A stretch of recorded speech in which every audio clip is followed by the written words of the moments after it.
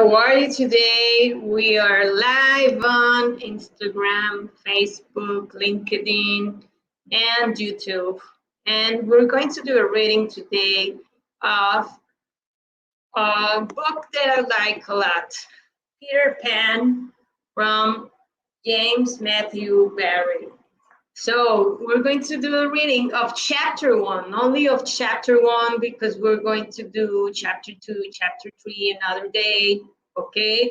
So get ready for this story and enjoy this story with your kids. If your kids are at school right now, don't worry, you can see the video later, okay? Don't worry about it. So it's gonna be here in my social media, so don't worry about it, okay? We're going to begin with chapter 1, okay? And we're going to share this live with other groups. Wait, we're going to wait for everyone to come here so you can hear it. Let me see. No, I cannot share. I don't know why. Don't worry about it. Okay, so we're going to begin with this beautiful story. Chapter 1. Peter breaks through. All children, except one, grow up. They soon know that they will grow up, and the way Wendy knew was this. One day, when she was 2 years old, she was playing in a garden, and she plucked another flower and ran with it to her mother.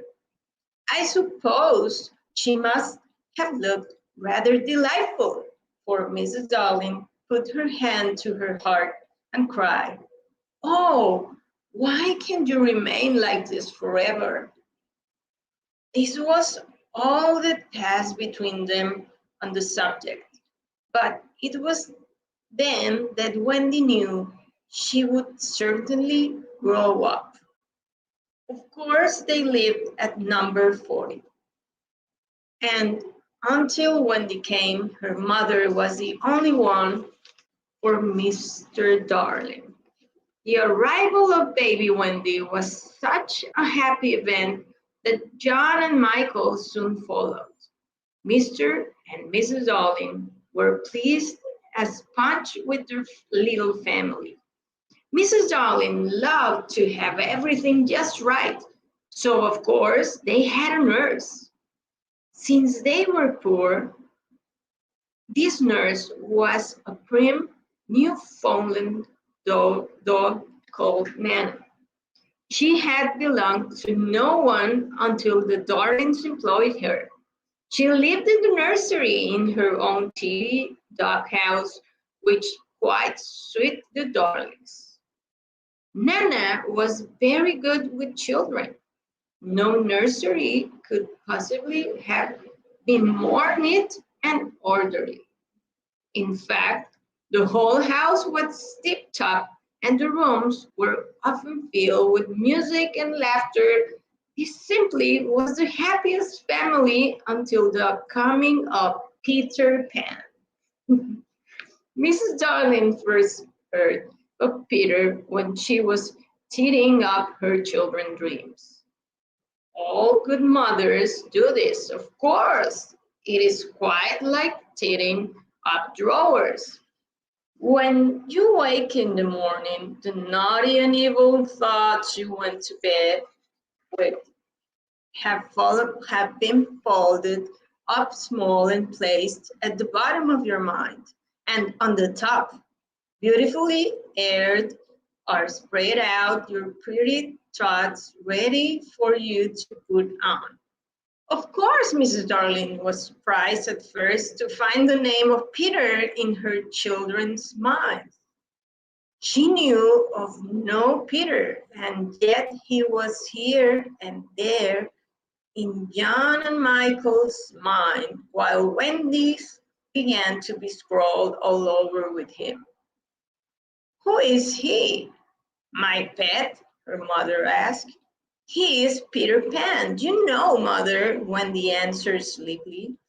At first, Mrs. Darling didn't know what to make of this Peter. But after thinking back into her own childhood, she remembered a Peter Pan who was said to live with the fairies. There were odd stories about him, such as when children died, he went part of the way with them so that they would not be frightened. She had believed in him at the time, but now she was a grown up and she quite doubted whether there was any such a person.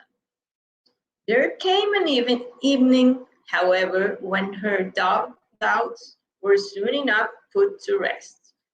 It happened to be Nana's evening off, and Mrs. Darling and fed the children and sung to them till one by one they had let go her hand and slid away into the land of sleep.